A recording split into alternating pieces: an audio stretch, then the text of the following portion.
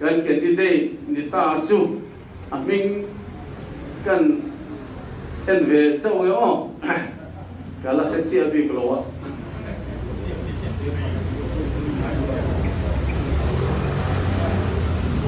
o ka mun chu ta e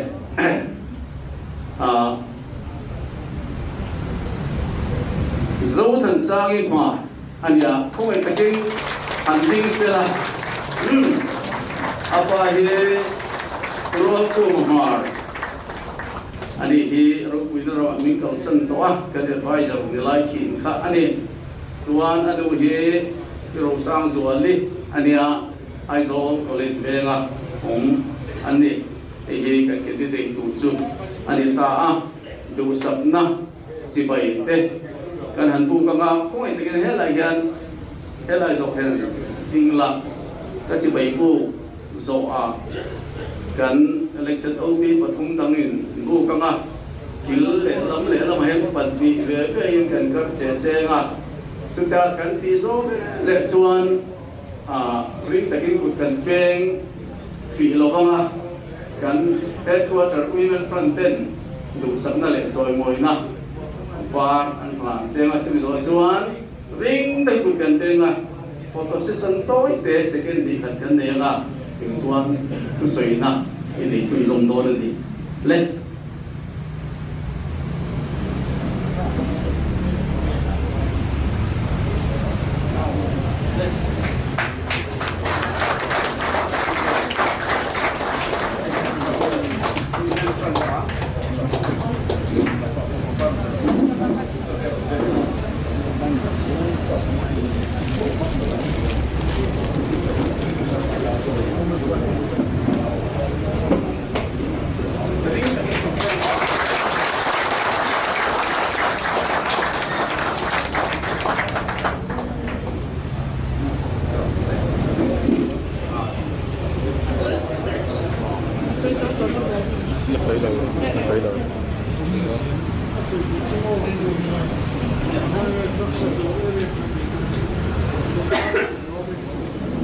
Pui chairman Pathian le kan ram ta na ka tho pui zong zong te chi mai vek ule Pathian le MNF fa kan shwai tu te zara he hun tu om taka in ma a ka lo ding thei hi ka lo em a kan tham pa pulal de nga le kan party president pu zo ram thanga ka shwai MNF in kan ram ta na na sa ta ka ma an lo lak to le pa chom de chun zom ve thei na kong zo tu ra cái để luôn Mizoram IO Tura Rajya Sabha MP candidate cái gì đi cái lỗ em mà khu lầu cái in tiền lệ đi cái việc luôn tập trung cái party rin này phản ngâm hi cái lỗ mà cái khu lầu tập rất là nhiều thì hi soi ngân lệ cái tuổi thì cũng bằng thế có ăn rung rung mà đi với Indian MP candidate mấy cái gì lawa Mizo mấy chia thì IO cái gì á Mizo Chalai thì IO cái gì cũng cả Mizo ram với dùng chung thì IO cái gì cũng cái gì thì cái soi cái sản phẩm này với lại hiện ama cái lâu tar cái senior vice president lâu tar lần tuang khan phong trắng tổ bị mal minh bani cái soi chua nghe nghe yang ngaya kapu thang huda Mizoram underground Sorkara senator kan ram le na min zalen na fam kim alo nei thei na tura na sataka lo be tu le kapa rural ku mamar MNF legal board chairman ani laya min boral san ram le nam ave awanga a Sorkar na to government shambana college lecturer na zaum tak sana politics sa zuang lut kan ram ve tu le kan ramin zalen na fam kim anei thei na tura thei to pa mala tu le be sei tlat tu an ni tu le fa ka ni hi ka lo min fa nei ka in ti le ani oi ni ayan ka pa hi ka bula hian om ve se ka ti tak se ta ma se heng chu min boral kan cái na cái lâu thì thầy anh đi xí lâu à cả ngày lẽ đi thì cái soi lặng tel tu anh đi em bên này phi bát thiên lệ cần ram ta kia cần xuôi tu phát sa tel lâu tin anh đi à ram lệ nắm hùng hiểm hi cầnที่สนามอเบตทับanh đi Peace Accord 1986 nua o cần ram cần sa thua lệ cần culture hùng hiểm hi MNF policy bui ber alan ni renga MP Delhi MP atana than tin kalau ni chuan kan lo sa kwak sa an tung zuin Delhi tlanga Mizoten India dan pui noya kan chan bo tik tak kan chun zom theinan kan ram le nam sa khwa le culture hum him ani theinan thei to bin ka au pui do na ni tin bukil ka di na achangin dan hi mirathei te chan pui nan dik na hum him nan achang kai le ani ti hi ka shitsiama happy ko nga hian thei to ka chwa bokang chuan hei te hi ka ngai poi mo tur til pathum te an niang pakhat na chuan ram ri le nam hum him na kan ram hi kan ta ani a Assam ram ri boy Bangladesh le Myanmar ra changa ran ka lo lu chung changa Mizoram ya tu na chung na sa tak kan ma chon me ka Parliament inner line permit ti chak chung chang de Article 371G hum him te le Assam ne na kan ram ri chin fel na chung chang de hi na sa taka ka boy pui tur ani a kan ram ma mo tak zet ani kan ram hi kan tu le fa de chen na zel tur ani a nam tangin mit chibral mai mai tur ani lo refugee chung changa international law le Indian law de sir chang chungin Mizoram him na security ngai poi mo dan tur parliament a ka thainam tin humanity le security ne akal kop thei dan kong ki ka zong bokam pandina chuan meicha de choi kan na le chung ko din chwana meicha de din mun kan choi kam yan chu kwa hi kan ding chuak thei ani Mizoram a hian meicha de pa ti ke a ding kan tam to le a ma se assembly a meicha MLA tlem kan la nei India parliament a mizo meicha MP kan la nei ngai lawa kan party shwai tu te sara mizo meicha MP candidate masaber ka ti in ka in sha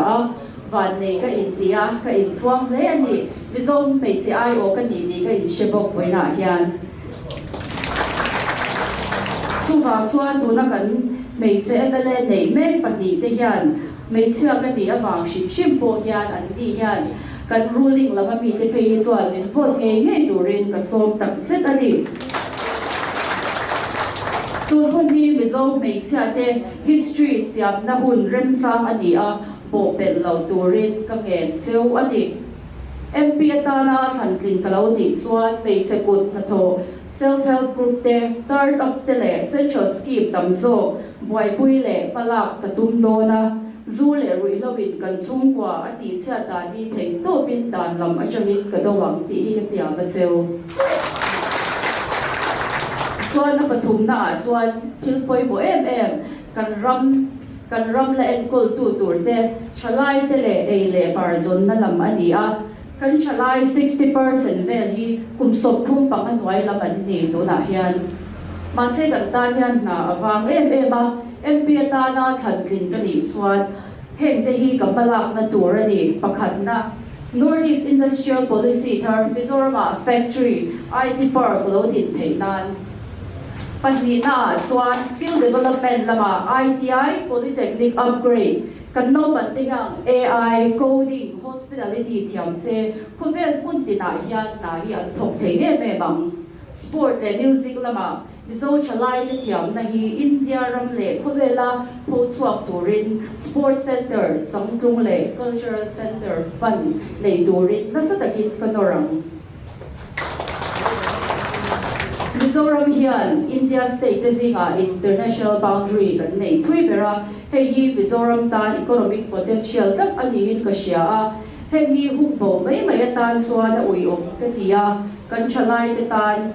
na tam zok siam na rem chang atan man thei na turin ma ka la bokang ti hi ka tar lam du ani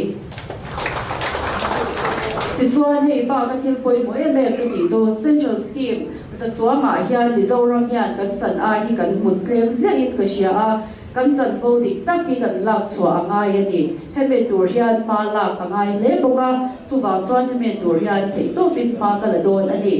Rajya Sabha member a thantlin ka ni chuan parliament a mizo mi pui te tan ka awanga mizo meicha te ai o ka ni anga mizo chalai te tan be sei na ka niang ti hi ka soi ngam ani third khat kum khat chu quarterly report mi pui te ne na ka pe zelanga the ni tlanga in io in ka chumai mai don lava kan ram tan te to bin na ka thok don ani chuwa chuan kalbung thara yan kalbung thar ani ti fin fianan ruling lam MLA te yan min vol vectorin voinia yan ka som cheu ani chuan to ber dan chuan ka chalai pui te singa yan ram le tam vei tam tak anom ti ka sia hei soi te lok ka tu grupa yang ko chan group ti kan tina chalai te le ram kal siam ti hi kal ke ma kan din ve a pan ni de ulok khan ta chuan ram vei tak tak ma se stream shang shang om zai mi te sports lam te in sports lam te sum dong te khatiam chi shang shang i ka tom kho ma ta chuan thei to bin kan al an mai dan den ron soi chi na he hian chalai te hian ram an ve zia te an ma ni lo na ai chuan kan ram an cha an du zia hi alang chiang to ani ke chu lok lo mai la kan ram a chat chuan ka lom ti hi an tam chu wang chuan khang bu pa lo tel zong zong te le mi dia chama chalai lo thir te zong zong te ne na kan MNF 2.0 a hian in ram le nam ta na in thiam le theina te lo te lo tho turin lo tel ve turin ka som tak me chu ani ka lo me